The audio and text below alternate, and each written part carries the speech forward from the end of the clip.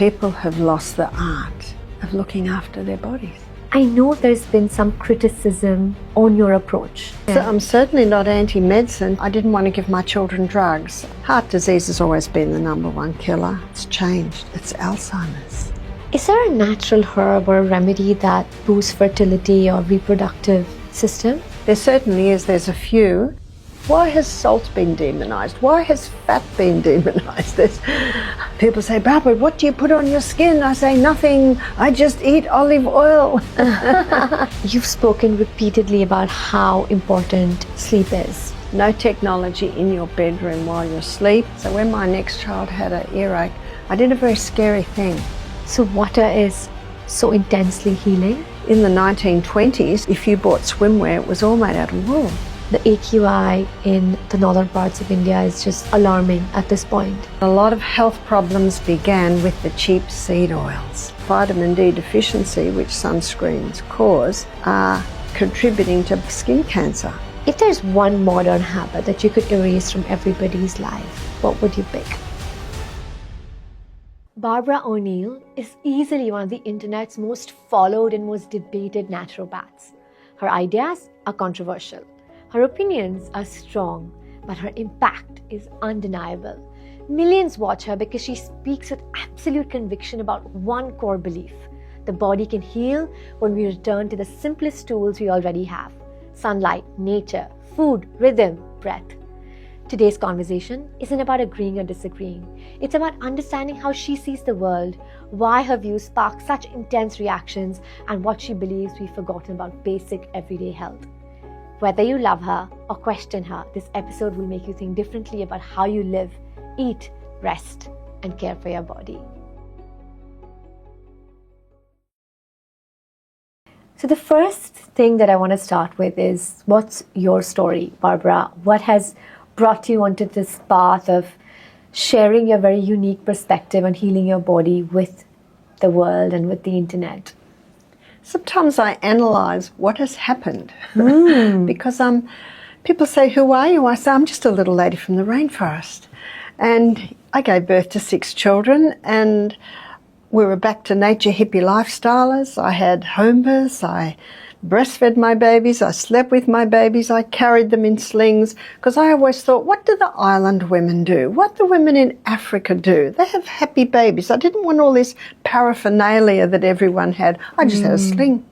I just had a sling, and I breastfed them, and I loved it. We're up in a rainforest. In fact, the locals used to call me Earth Mother. Oh, wow. But what really started my journey was I didn't want to give my children drugs. After it was almost a painful experience for me. 6 weeks, 4 courses of antibiotics, my little 18-month-old, and the doctor's writing the 5th course because the earache kept coming back, and I thought, this isn't working. I said, does my daughter have to be on this for the rest of her life? He was challenged by my question. He referred me to an ear, nose and throat specialist. I just sometimes wonder, does the doctor ever think this isn't working? Does it have to be me that says, excuse me, but this doesn't appear to be working? I'm not a doctor. I don't have all their training, but just to write the next course. Anyway, the ear, nose and throat specialist said the child's teething, give her these drops to keep the tubes clear, and that was it. So when my next child had an earache, I did a very scary thing. I didn't go to the doctor. See, that's very scary when that's what you've been brought up with. I went to the old lady next door because I knew I had to do something. I'm 25, she's 85. I said, what did your mother do?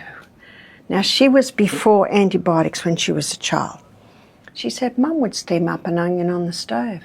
I did. The child slept. So that was my beginning. That was my beginning. And that was, now James is about 46 now. And he's okay. Oh, yes. So this was probably 44 years ago. And that started my journey. And a journey that I was not brought up with. I was brought up with, you get sick, you go to doctor. But that's what I did, and it didn't work. So I began a journey of discovery. The old ladies that I got remedies off, they're long gone. I'm what's I'm the old lady now. And I want to help those women who don't want to give their children drugs, who see that they don't cure, they just mask symptoms. I want to be that grandmother that says to every woman in the world, there's something else. And I think what caused my explosion was, I think COVID had something to do with it, because people said, I'm scrolling, you know, nothing to do, lockdown. And they found a lady talking about an onion. They found a lady talking about garlic. And as one interviewer said to me in the US a few years ago, she said, we wonder what happened. And we just think we've got this high-tech generation of young people who at the click of their fingers, you know, they go anywhere, and here's a lady talking about a grated potato poultice. It's almost as if this is different. And I also think COVID made a lot of people sit back and go, hang on, this is not making sense. So I think there are a few things that came together to do this. And I know a friend said, I want to put some of your stuff on TikTok. Now, I didn't even know what TikTok is. I just know it's a social media platform I think a lot of young people like. Someone showed me what they did one day, and it was brilliant.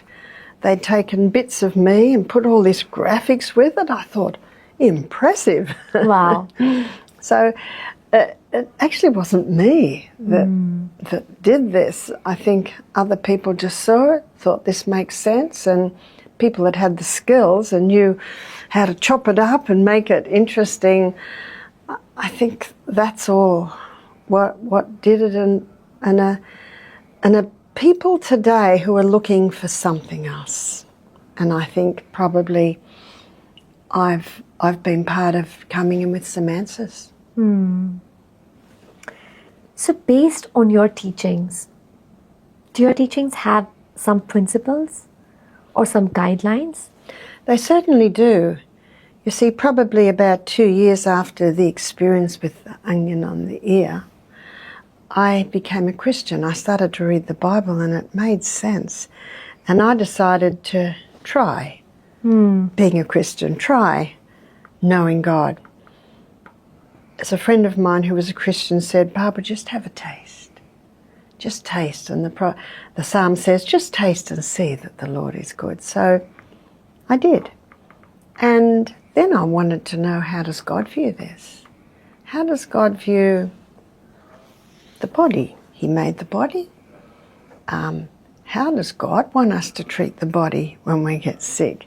And that opened a whole another avenue. I started to read the Bible in more detail and found in the Bible, God certainly, all through it, Old Testament, New Testament, He wants us to look after our bodies, and gave us herbs. And then I went into Europe, where there was a lot of history of water cures and herbal cures. So I look back now and realise God was leading me on a journey, and that certainly opened everything up. And one of my first books was The Ministry of Healing.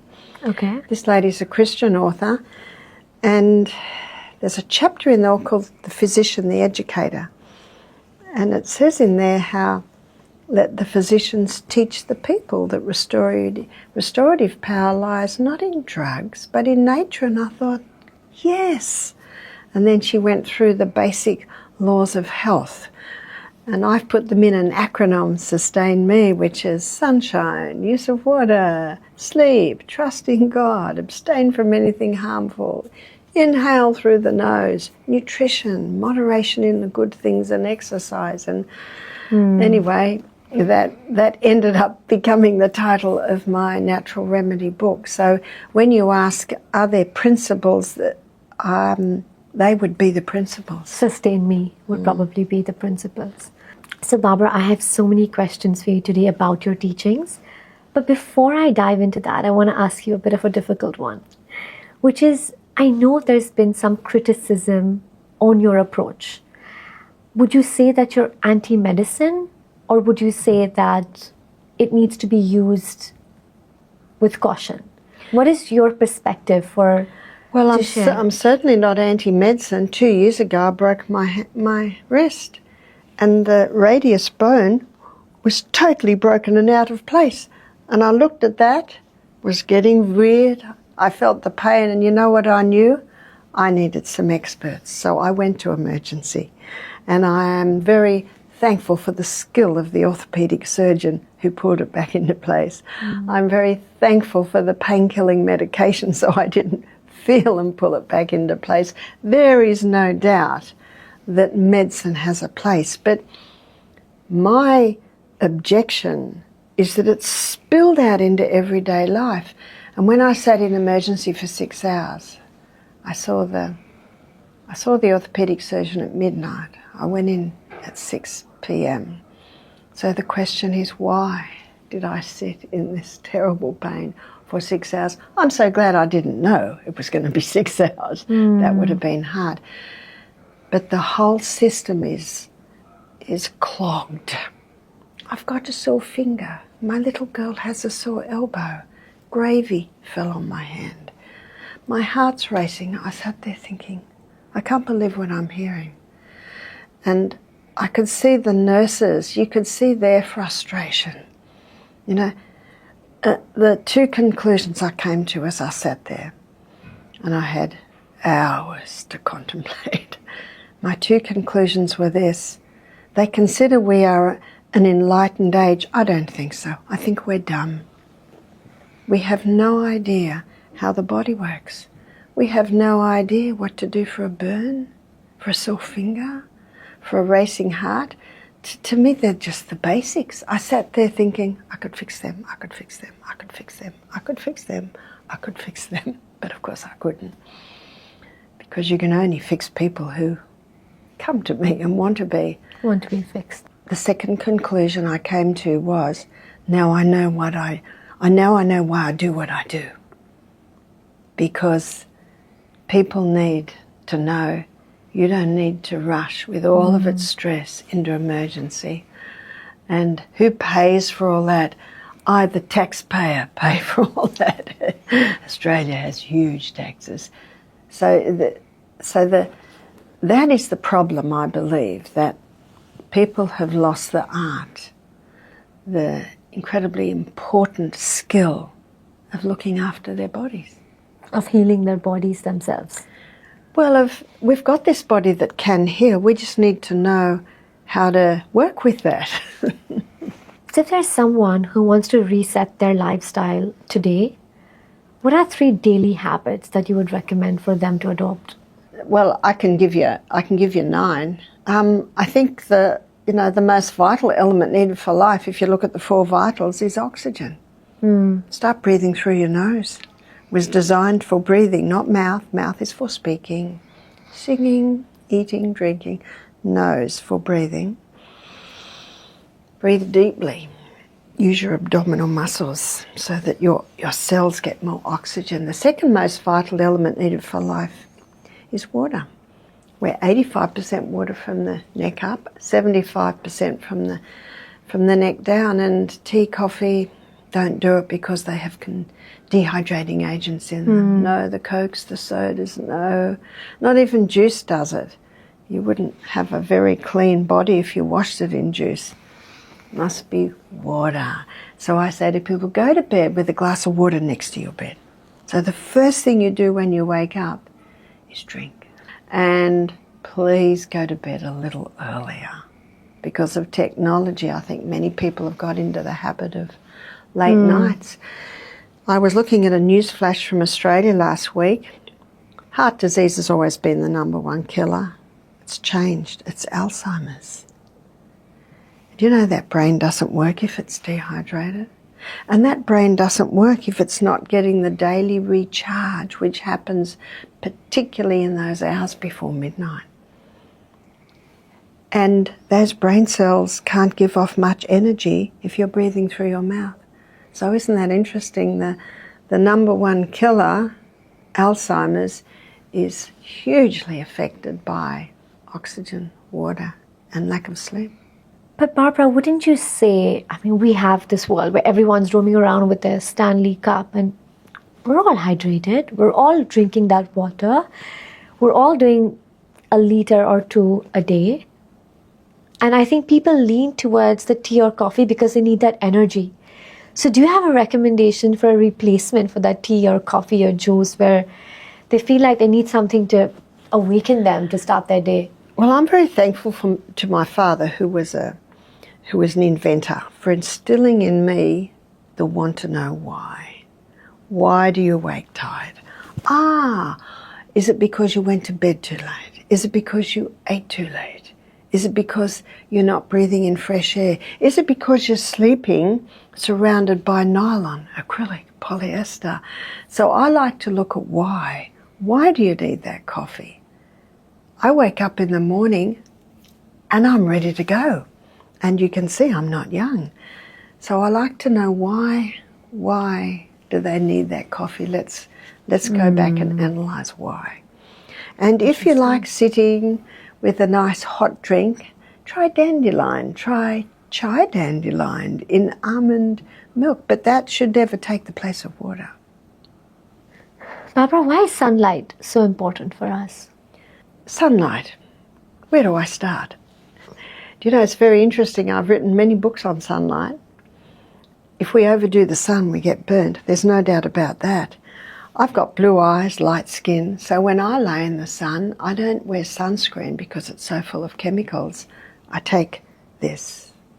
15 minutes front, 15 minutes back, now in the shade. If I do that every day, within a week, I've got a lovely tan, and I got that tan from the UVB rays. And the UVB rays are blocked by sunscreen. The UVB rays are the rays that hit the skin and convert a form of cholesterol just under the skin to vitamin D. And our DNA has 2,500 receptor sites for vitamin D. And there are many people today lacking vitamin D because they're not out in the sun. What does vitamin D do? It actually helps in the absorption and assimilation of calcium. So our bones and our teeth deteriorate if we're not getting enough vitamin D. And our brain needs sun, and it gets sun through the eyes. And it resets our body clock, and it stimulates the pituitary gland to balance hormones, and it also increases our ability to solve mathematical problems, all sunshine through the eyes. I don't suggest we look at the sun. Mind you, the setting sun out in the desert the other day was nice to look at.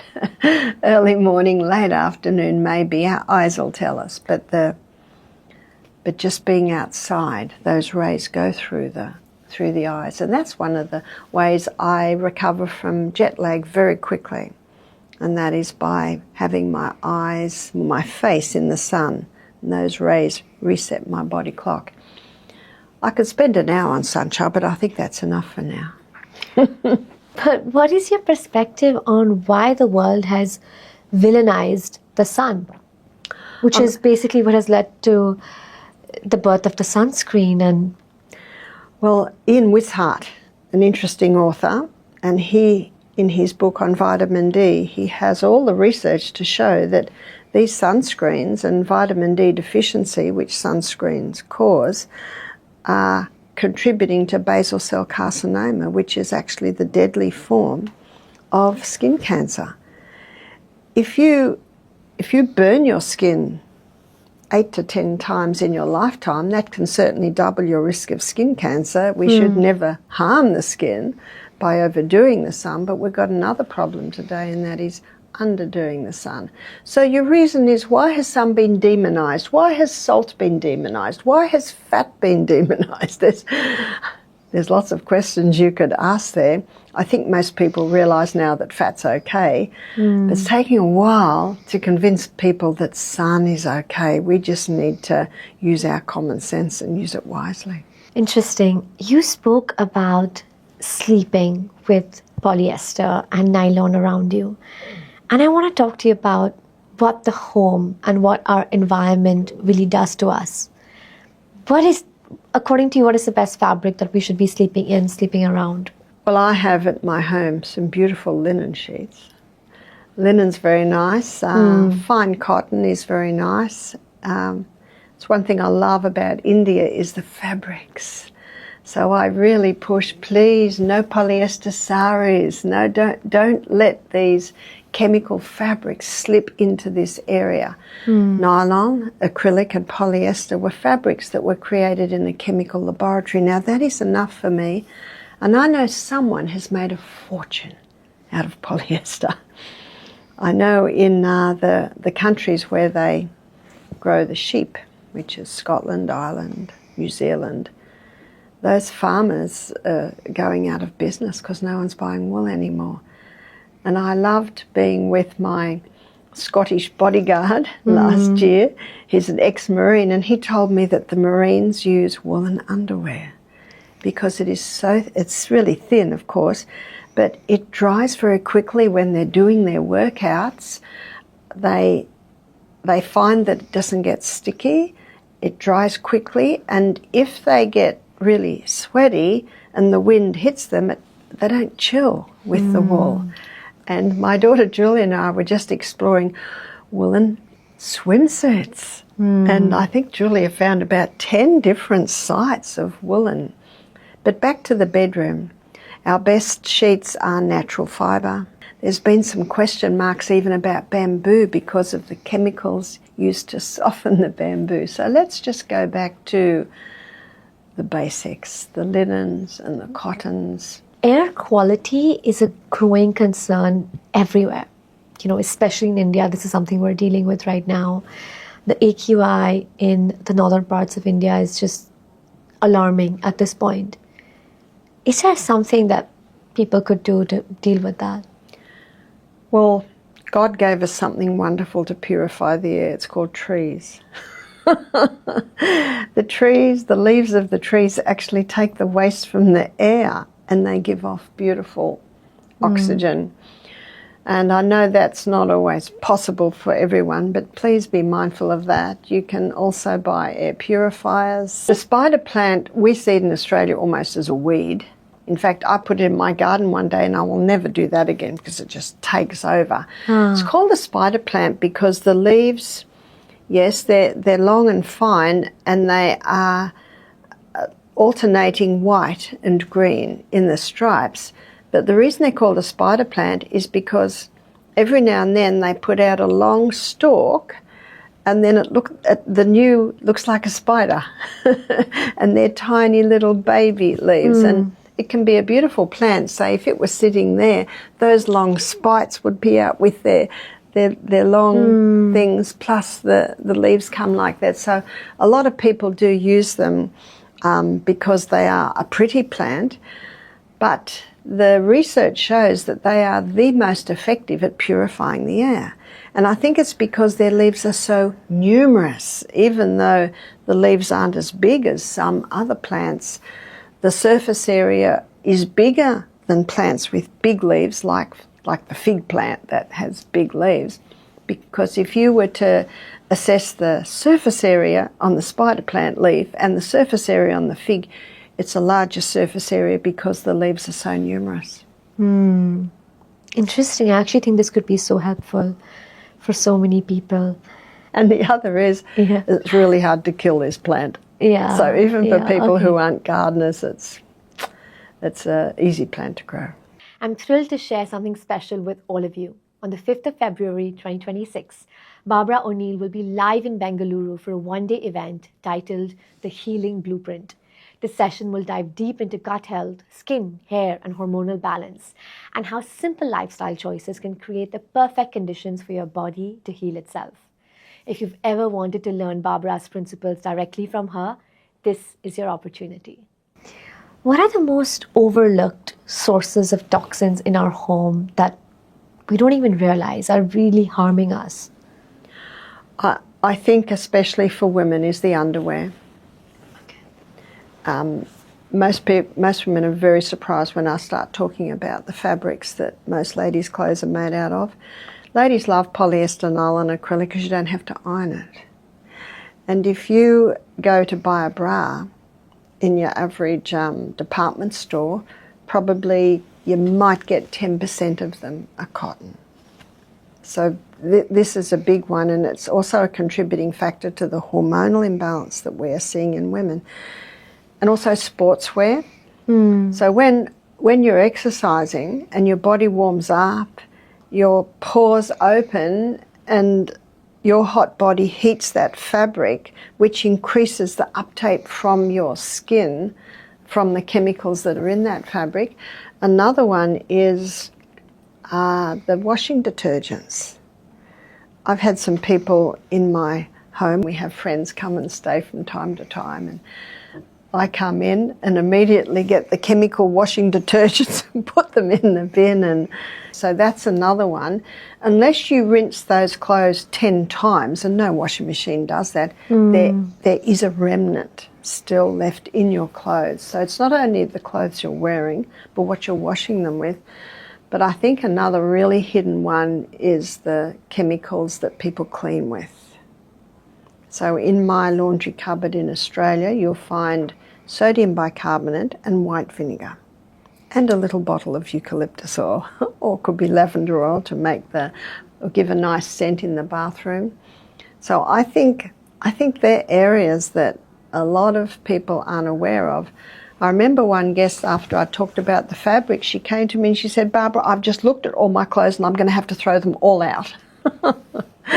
And I said, well, the good news is there are second-hand shops where you can get some very nice clothes at a reasonable price, and sometimes it is better for a lady to have a few choice articles, and the beauty of skirts and tops, you can have a skirt that can have 3 or 4 different tops, so it's just looking at how you can manage your wardrobe. Very interesting, Barbara, especially for someone who works in the fashion industry.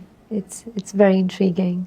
It is. I know at Misty Mountain, and I'll be there for 6 weeks, December, January, and we've already ordered my woolen swimsuits. And if I go to the steam sauna in this, every lady's going to say, "Barbara, what have you got there?" And I'll say, "I'm so glad you asked." In fact, I think it'll be such a hot topic that I said to Michael, I think we might even start selling them in our shop, but I'll trial them first. In fact, it's interesting, they're saying we've got to go back, because in the 1920s, if you bought swimwear, it was all made out of wool. And I think the wool today is a lot finer, and there's maybe 10% elastine in it, so it's not drooping off you. That's very interesting, and I do feel like this could be such a fresh perspective for the fashion industry, also like a good business idea that you planted here. So that's exciting. It is. You see, in our steam sauna at home, because there you're getting so hot, and what does everyone wear? They wear their swimsuits. So what I do, and I've always done, I wear a little pair of cotton shorts and a little cotton croc top. That's what I wear when I go into the steam. The nicest, of course, is wearing nothing, but not every lady's happy to do that. That requires self-love and confidence, which I think we're all yearning for. Yes, and even if you don't love what you look like now, well, what you learn at Misty Mountain, in fact, some of the ladies say, "Barbara, if we live like you, will we start looking like you?" And I laugh and I say, just love who you are, love what you've got, and certainly these principles will help you to get more out of life. So Barbara, I now want to move to a very, very important segment, which is sleep, stress, and the nervous system. And you've spoken repeatedly about how important sleep is. But what can improve sleep? It's distressing how many people in the world struggle with this today. Oh, there absolutely is. There's a few angles to come at with this. So nylon acrylic and polyester give you the acronym NAP. And I say to her, I guess you won't nap well if you're sleeping amongst nylon acrylic and polyester. So look at your bedding. At home, I've got cotton sheets or linen, a woolen blanket in the winter, and a feather quilt with a beautiful Japara covering. So have a really good look at your sleepwear. Have a good look at the air in your room, the air quality in your room. And technology. That really has, you see, when the sun goes down, my iPad goes down. And one of the reasons I don't do my emails in the evening anymore is I read a book called Why We Sleep by Dr. Matthew Walker, fascinating book. I quote that in my book, Sustain Me. And he shows that sunlight has blue light, and there's a receptor site in the retina that absorbs blue light. And when we are absorbing blue light, tactical reasoning increases, the ability to solve mathematical problems increases. Now, I like the sound of that. The problem is the screens all have blue light, but it doesn't mean you're going to get increased ability to solve mathematical problems when you look at the screens. It is blue light, but it's not the same frequency as the sunlight. So no, you're not going to get the benefits from the screen as you do from the sun, but they're similar enough so that if you can't sleep and you look at your phone, that blue light gives a message to the brain, daytime, wake up.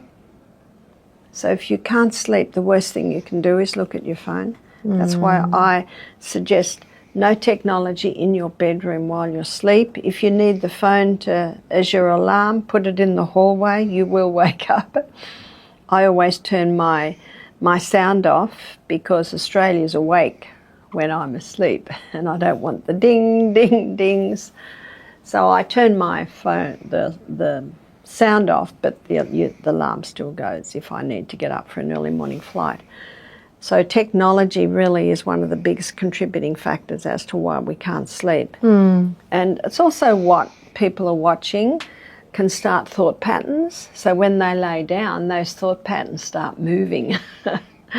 So ideally, you grab a very boring book, a soft light, and you read that book until the book falls on your chest, turn the soft light off and go to sleep. And I think every parent knows you can't put a child in front of television or games and then expect them to go to sleep. But we do it for ourselves. Yeah, we do. So it's actually winding that brain down. Because one of the reasons people don't sleep well is the brain is not shutting down.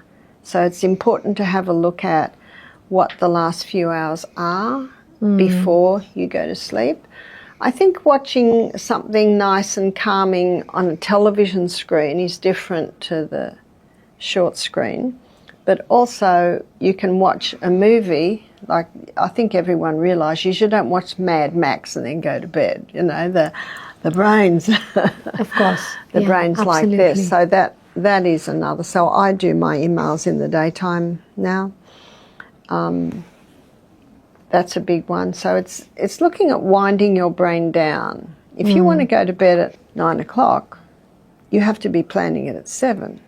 So you can't eat a big meal at 7 and go to bed at 9. When we lie down to sleep, our stomach wants to sleep too.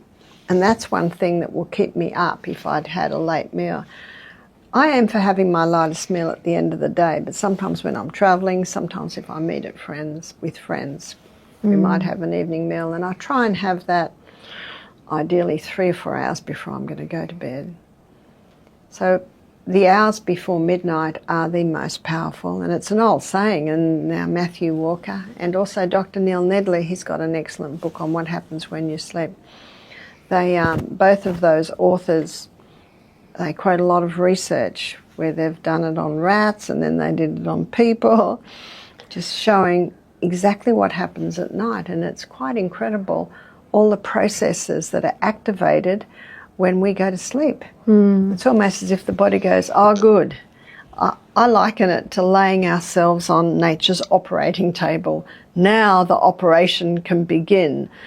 You know, when you're having an operation, they wait till the patient is right. I used to work in operating theatre. Yeah. When the patient's right, now we can start our operation, of course. And that's what the body does.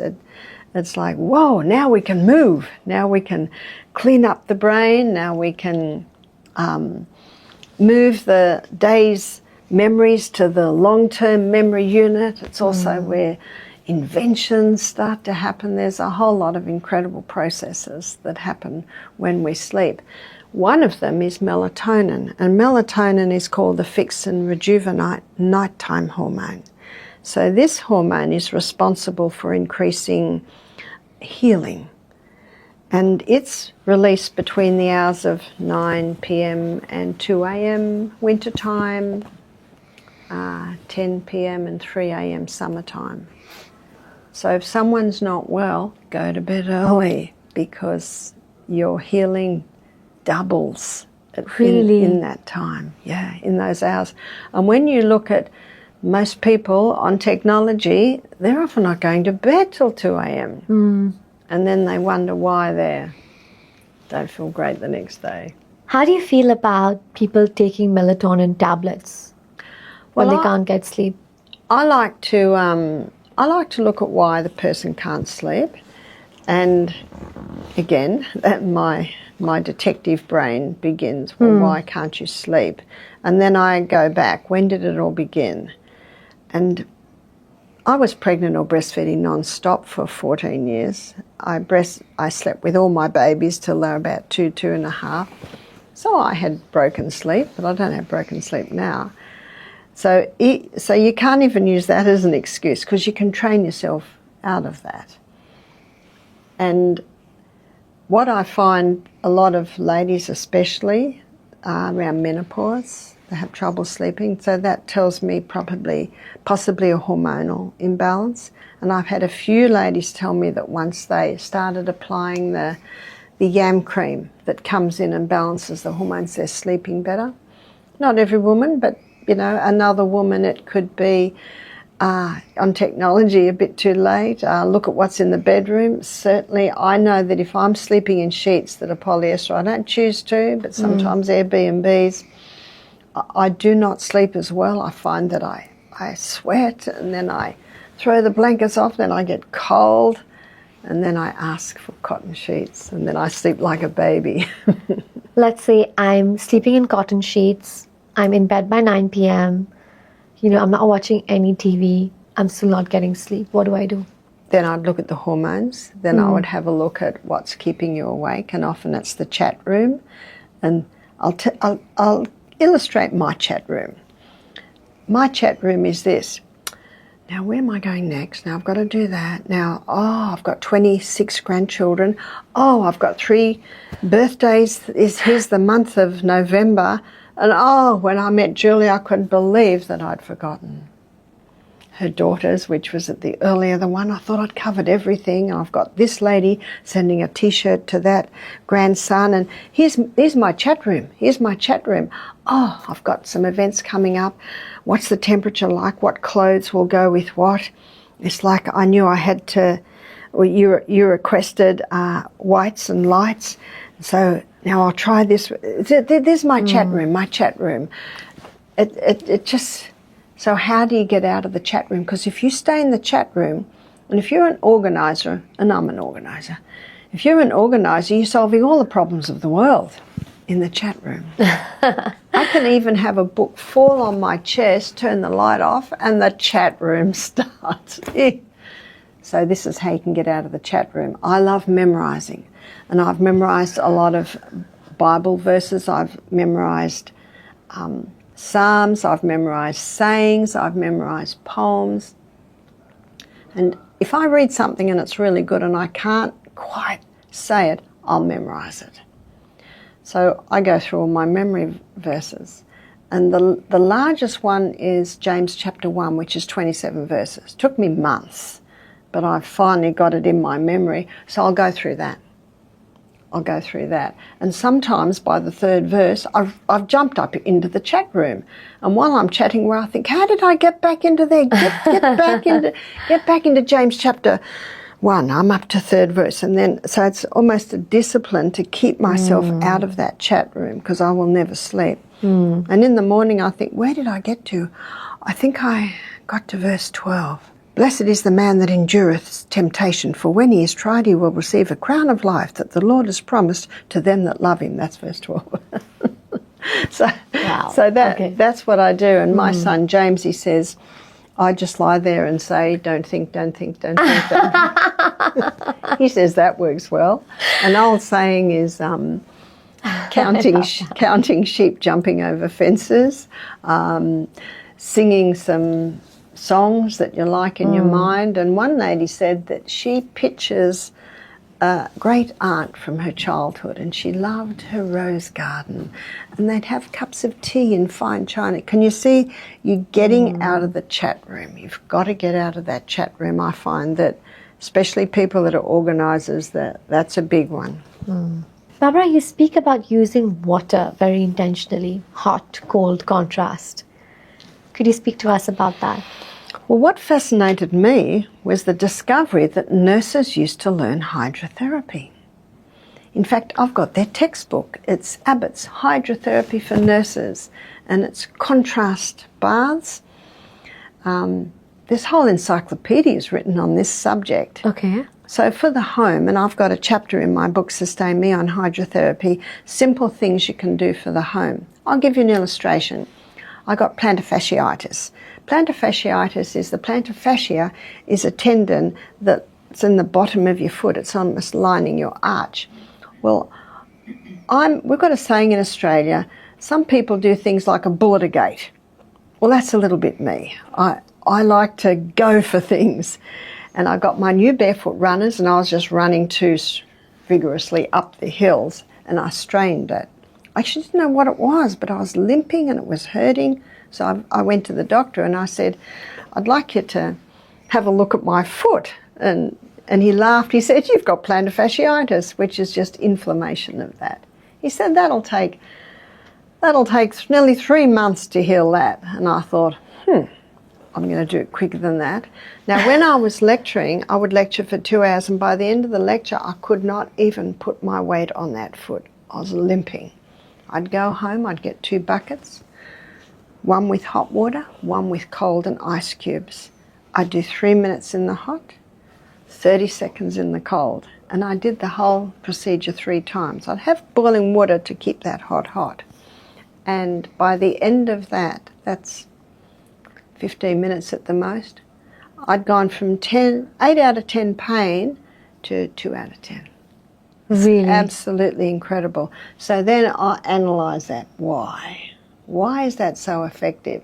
When you apply hot water to the body, it has a stimulating effect. But after 3 minutes, it starts to slow down. So then you put it in the cold. And when you put the body in cold water, stimulating effect. But it only takes 30 seconds to get to a slowing down. So you do 3 minutes hot, 30 seconds cold. So you see what you're doing? You're just accessing the stimulating, the stimulating, the stimulating, the stimulating. So then what are you stimulating? Blood. The Bible says in Leviticus 17:11, the life of the flesh is in the blood. Why? Blood carries oxygen, blood carries water, blood carries the nutrient, blood carries away waste, blood carries white blood cells. So that's why it's so powerful. So what I'm doing to that foot, I'm increasing oxygen, I'm increasing nutrients, I'm increasing the body's ability to take away waste, and I'm getting more white blood cells. Everything that foot needs for healing. Isn't that incredible? Incredible. Could I do this for any ache or pain? You could do it on your feet, you could do it on your hands, you could do it on your elbows. I mean, we had one guy hurt his knee and he'd have 2 long buckets and he'd be on his hands and knees, and he'd put the knee in the hot, then the knee in the cold. And you can also do it on the hips. And for the hips, in fact, traditionally they call it sitz baths, which is German for sit. And that's very good for hemorrhoids. It's very good for any problems in the reproductive organs, men and women, any problems in the colon, whether it be constipation or diarrhea, and urinary. So some ladies, when they get to their 50s, 60s, 70s, have incontinence. They don't have the strength to hold the urine. Well, you sit in hot, cold, that'll wake everything up. So water is so intensely healing? It's incredible, and that's one thing I love about Indian history. I know that in Indian history they used a lot of water treatments. And also Germany, there's quite a history there of water treatments. So in my journey of discovery, of looking at what does the body need for healing. And then I discovered why the Bible calls the blood the life of the flesh. The blood is actually the healer, and those contrast baths just increases blood to that area. And by doing that, incredible pain relief. In fact, it's been used for centuries, and in the area of pain relief, it's without equal. You spoke about running with your barefoot runners. What are your thoughts on shoes? Well, there's times we've got to use shoes, but I'm very fussy about the shoes that I wear. You see, the biggest pores on the whole of your body are on the soles of your feet. So I'm very fussy as to what my foot touches. So I bought these cute little shoes yesterday, and they're all leather. So my foot is on leather, or it's on suede, or if I have stockings or socks, they're always cotton, or they're always natural fibre. But with the barefoot runners, I read a book called Born to Run by Christopher McDougall, and that just opened my eyes on the way people run. See, we've got these joggers today that are all built up, encourage heel striking. But if you run barefoot, you will never heel strike. And then the author looks at the anatomy of the foot. And if you look at the anatomy of the foot, the toes, when you strike on the toes, there's a cushioning effect. But with the heel, it's a jarring.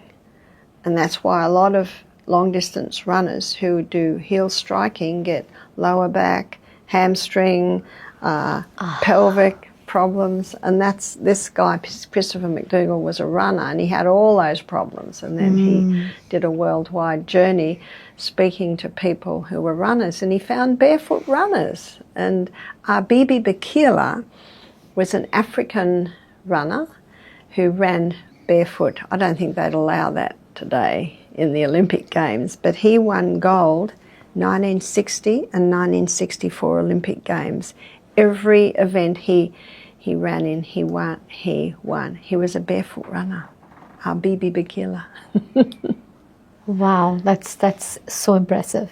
It is impressive. So, of course, out of that book really came the barefoot craze, which is barefoot runners. But I also like going barefoot where I can. So when I hang my clothes on the clothesline every morning at home, I always go barefoot. And when I do my morning dives in my mountain stream, I always walk back barefoot, which is about a 5-minute walk through the grass, across the road, up the grass. I do realise in a lot of parks there might be drug users that have left needles there. There might be dogs who have done droppings there, and I understand that a person may not want to go barefoot on grass like that. But if you can get lovely grass, it's really nice. There are whole books written on that subject, which is earthing, connecting, grounding, connecting with the electricity coming out of the earth. So that's another point, and I think that's an important point when people are in offices all day, on computers all day, that it's nice to connect with nature. It can give a real lift. So for our last segment, Barbara, I'm actually very excited for this one. We're going to be talking about your hot takes, right? You've actually introduced me to such interesting new elements that I wasn't aware of. And I'm going to ask you, quick questions, and I'd love for you to take us through it. Celtic salt. Celtic salt is a hand-harvested sea salt, hand-harvested in the old Celtic methods. And there's about, I was reading, it's hard to believe it's something like millions of acres of land on the coast in France of Brittany. And it's got all these peninsulas, and it's got these big salt flats, and the wind comes across, so the seawater dries quite quickly, and then it's hand harvested. And in those crystals are locked up minerals. Seawater has 92 minerals, and the Celtic salt has approximately 82, which is very high. And there's also Baja salt, which is also a hand harvested sea salt on a pristine coastal area in Mexico. And I know the lady Celine who has basically running Celtic Salt now, she's found hand-harvested sea salts all over the world. So her range has really broadened. Her father-in-law, Dr. Jacques de Langry, he basically first started these salts, and he's passed now. He wrote a very interesting book called Sea Salt's Hidden Power, showing the minerals in the salts are incredible. And another author, The Calcium Lie, by Dr. Robert Thompson, he considers seawater the clearest indicator of a creator God, because seawater has the exact same mineral balance and proportion as is found in the body, in the blood, in the fluids, in the bones. So would you say swimming in the ocean has healing properties? Oh yes. In fact, I'm looking forward to doing that for the rest of this week. Amazing. How do you use Celtic salt? Well, Dr. Robert Thompson, in his book, The Calcium Lie, he says, take a little crystal before every glass of water. How much would that be? That would be maybe the size of a sesame seed. I probably do a little bit more than that, but if you're not used to salt, I say start slowly. And there are 3 magnesiums in the Celtic salt. So you put it in your mouth, you crunch it, the mucous membranes absorb it, and then I'll take this opportunity to show you how to drink water. Then you might drink half a glass of water. And the magnesiums that are absorbed in the mouth are taken to the cell by the blood. And then you drink the water, and that magnesium pulls the water inside the cell. It's the quickest way to hydrate a body. And amp up your magnesium? There's 3 magnesiums in the Celtic salt. Wow. Magnesium sulfite, magnesium bromide, magnesium chloride. And magnesium is a water-hungry molecule. And that's why it pulls the water into the cell. And that's why if you have the crystals, Celtic salt, the Baja salt, if it's raining, it gets really moist. That's because it's a water-hungry molecule, so it pulls the water into itself. My grandchildren, they come to my handbag, they open it and they know where the little salt container is. God. Oh, they love that little bit of salt, and as soon as they've had the salt, they go and drink water. What are the benefits of having this? Pulls the water inside the cell, and so it's hydrating the cells. But Dr. Robert Thompson, he says having that crystal of Celtic salt before every glass of water, ideally 8 times a day, he said all you're doing is replacing the minerals you lost yesterday. Oh my God. And where did we lose them? We lose them in our perspiration, in our urine, in our bowel fluid. What are the benefits of garlic? I was reading one paper that they did some studies on garlic, and they compared it to tetracycline, which is a probably common antibiotic, and they claim it was 6 times more powerful than tetracycline. So if someone wanted to take it instead of an antibiotic, they would need to take probably a raw clove, a medium-sized clove, 3 times a day. So it's antifungal, That's shocking. it's antiviral, it's antibacterial. It's a wide range antimicrobial. Activated charcoal. How do you use it? What are the benefits? Charcoal is unique because charcoal absorbs. There are other things that absorb. Grated potato will absorb, other things absorb. But it's unique in that it not only absorbs poisons, but it neutralises them. So if someone, and I've spoken to nurses in emergency, someone comes in that's had an overdose, they give them charcoal. Because that charcoal will absorb and it'll neutralise that poison. And now it's safe until it goes all the way through our gastrointestinal tract and comes out the other end.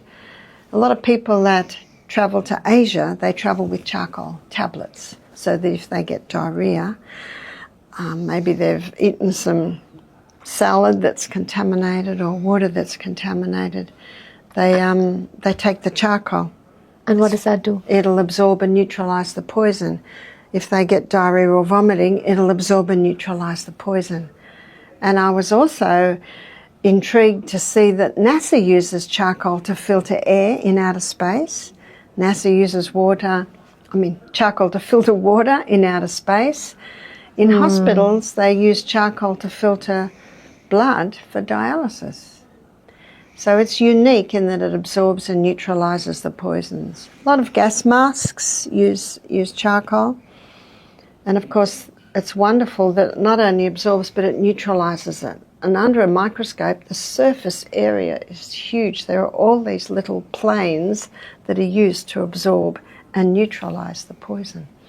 So that's one of the wonderful things about charcoal. Because of its ability to absorb and neutralise, it's called adsorb. So adsorb refers to the ability of charcoal to absorb and neutralise poison.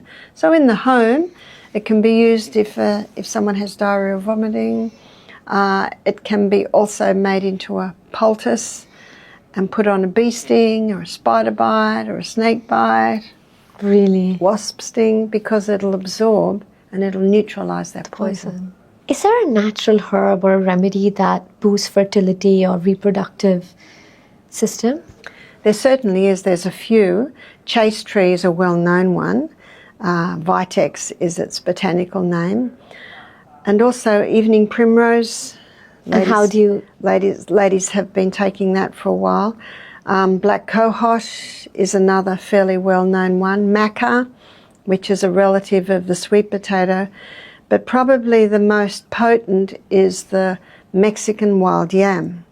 Now, Dr. John Lee, he's the first doctor that blew the whistle on this hormonal imbalance. And he showed, he's passed now, but you can still see podcasts from him. And there's his book, What Your Doctor May Not Tell You About Menopause. He shows that if you take the wild yam by mouth, your liver will detoxify most of it. But if you apply it to the skin, the fat cells take it up, and basically all our sex hormones are made from cholesterol. So the fat cells take it up, and it stimulates the pathway that the body uses to boost progesterone. Now, progesterone, very interesting hormone, because progesterone's mother hormone. So if you boost progesterone and your estrogen's too low, it'll bring it up. If it's too high, it'll bring it down. If testosterone's too low, it'll bring it up. If it's too high, it'll bring it down. We just need to reinstate mother, which is progesterone, and that's what this cream does. And I discovered a verse in the Bible that describes it. It's Psalm 104, verse 14. God gave herbs for the service of man. I love that. So the herbs come in and they say, where would you like me? How can I work with you? See, God created the body to heal, and he created the herbs to work with the body to boost restoring balance. Barbara, what is the best oil to eat your food in? This is something that is constantly been changing and evolving, and I think it gets so confusing as a consumer when it's such a large item in your pantry. It certainly is, and when you realise that a lot of health problems began with the cheap seed oils. In the Industrial Revolution, so many things came in that have been harmful to us humans, the chemical fabrics, but they developed high-heat chemical equipment to get oil out of hard seeds, and that totally damages the oil. So I say to people, don't touch those cheap seed oils. Walk straight past them. But there are two oils that have stood the test of time. One is coconut oil and one is olive oil. My favourite is olive oil. I love the taste of olive oil. People say, Barbara, what do you put on your skin? I say, nothing. I just eat olive oil. I talk to a 70, 80-year-old. They won't touch oil. I talk to a 50, 60-year-old. They'll have a little bit. I talk to a 30, 40-year-old. They have no problem with oil. So it was really in the 60s, 70s, 80s, oil was demonised. But I really believe that that's just about gone now. We believe in good fat. That's right. So the good fats really are the fats that came from the hand of the Creator. And you'd consider olive oil and coconut oil, they're the two fats that are extracted from the flesh of the plant. You don't need high-heat chemical equipment. If there's one modern habit that you could erase from everybody's life, what would you pick? That's a hard one because it's because you have so many. There's so many. You know, this body must move. This body got to go to bed a little bit earlier. We've got to start eating food that's live. So many people are eating devitalized food and wondering why their body's not working, because the body's constantly being remade and it needs building materials. There's your fresh fruits and vegetables, your legumes. That's what I love about India. Beans. I love dosa. I love idli. I love all of those foods. That it's. I'm sorry that it's not one, because that's the most difficult question you've asked me. Is to put it down to one. Please go to bed early, drink more water, and ease back on technology. Just start to respect the brain, the eyes, and the electromagnetic fields in our body, and ease back on it. Amazing. Thank you so much for being here. Thank you so much for sharing your knowledge with us. Really, really appreciate it, and thank you once again. It's my pleasure. Thank you. Thank you so much for watching or listening all the way through. I'd love for you to hit that subscribe button. It helps this show reach more incredible people like you, and most importantly, get closer to our goal, to build an incredible community with the Masoom Meenawala Show. My goals with this show are audacious, and you all are the most important part of this journey. I want to create for you. So tell me what you want to hear. What stories could change your life? I read every single comment, and your reflections honestly help us shape where this show goes next. I'll see you in the next one.